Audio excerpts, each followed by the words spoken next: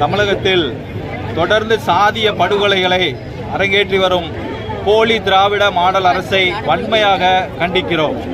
கையாலாகாத காவல்துறை மந்திரி ஸ்டாலின் அவர்களே, உடனே பதவி விலகு, பதவி விலகு, பதவி விலகு. நமது வீட்டில் ஒவ்வொரு கவின் குழந்தையாகவும் பள்ளி செல்லும் மாணவனாகவும் நம்மை சுற்றி வளர்ந்து கொண்டுதான் இருக்கிறார்கள். அவர்கள் நாளை இந்த சிக்கலை எதிர்கொள்ளத்தான் போகிறார்கள். நாம் எல்லாம் என்ன செய்ய போகிறோம்? இன்று தமிழகத்தில் 64 கிராமங்களைச் சேர்ந்த மக்கள் இந்த இடத்தில் இந்த அநீதிக்கு எதிராக திரண்டு நிற்கிறார்கள்.